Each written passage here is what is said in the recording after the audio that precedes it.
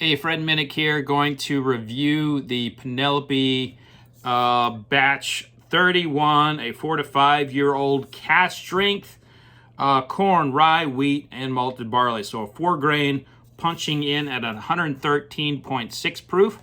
Penelope is one of these brands that have been doing a really good job of kind of like creating their own style, their own their own type. And they're doing so without owning their own distillery. You know, they are sourcing or contract distilling, and they've kind of created their own following. You know, it's and I got to tell you, the label. I like the label. It's a nice label, and I've liked their stuff before. And by the way, this is part of their Toasted series, so it's going into an additional barrel after it has hit its age limit. So here we go.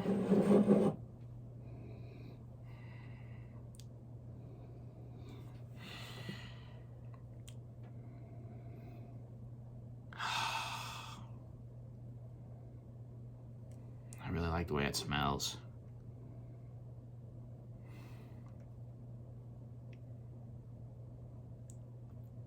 Not to sound lazy, because you know you can get very lazy when you're trying to describe something in bourbon.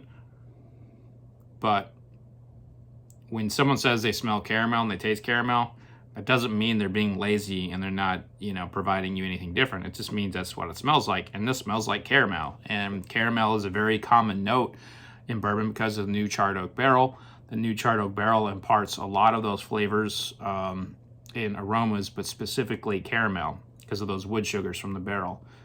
And this is, for a 4 to 5 year old product, to have this much caramel in it is exceptionally rare. Usually at this age, I'm smelling far more grain and wood than I am caramel. Caramel is when that wood note has developed, that whiskey's gotten deeper into the wood, it's extracted more of the wood sugars, and it's actually, chemically converting into the whiskey. And so that's what we have here, and that usually takes 6 to 8 years versus 4. But that nose does not smell like a 4 to 5 year old bourbon. It does not.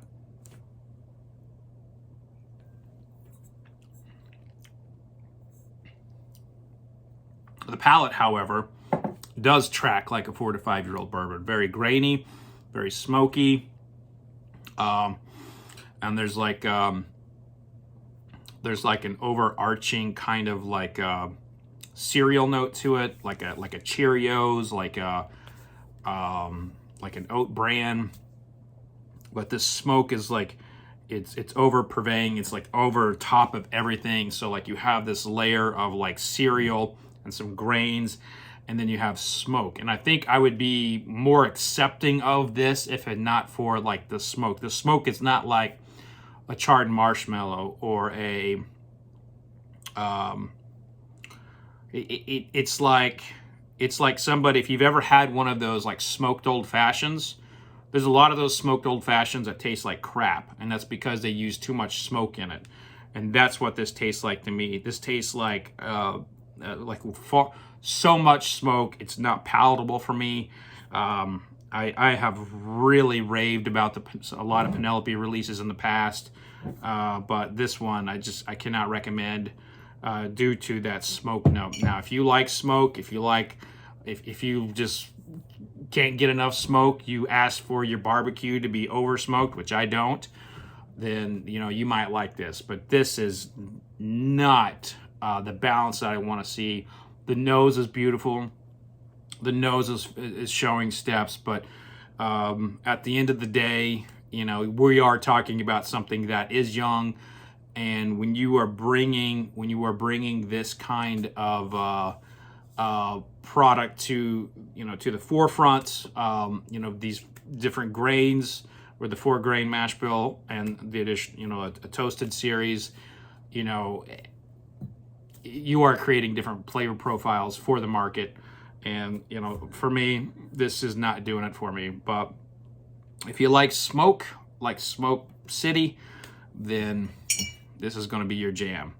But But that's going to do it for this quick rapid fire tasting. I'm almost caught up with my reviews. I'm trying to drop as many as I can, through this method, just recording them on my iPhone and then uploading them later. But I appreciate you all tuning in. Make sure you all are subscribing to this channel. Also, check out fredminnick.com for my free newsletter. And of course, all my books, all 7 of them, wherever you buy books. Be safe out there, folks. And remember, vodka sucks unless it's being used for hand sanitizer. Cheers.